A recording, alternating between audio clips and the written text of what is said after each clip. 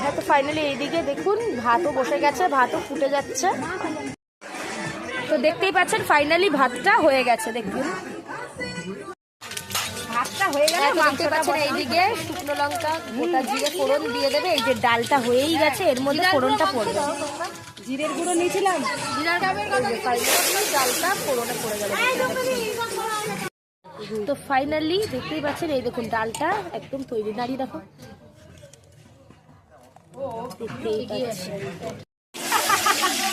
তো দেখতেই পাচ্ছেন এই দেখুন এই মাংসের আলু ভাজা চলছে। তো দেখতেই পাচ্ছেন এইদিকে পেঁয়াজটা ভাজা হচ্ছে। তো ফাইনালি এই যে মশলা পড়ে গেছে, আদা জিরা লঙ্কা বাটা। এই যে ফাইনালি দেখুন ফুটছে, মাংসটা প্রায় সিদ্ধ হয়ে গেছে নাকি?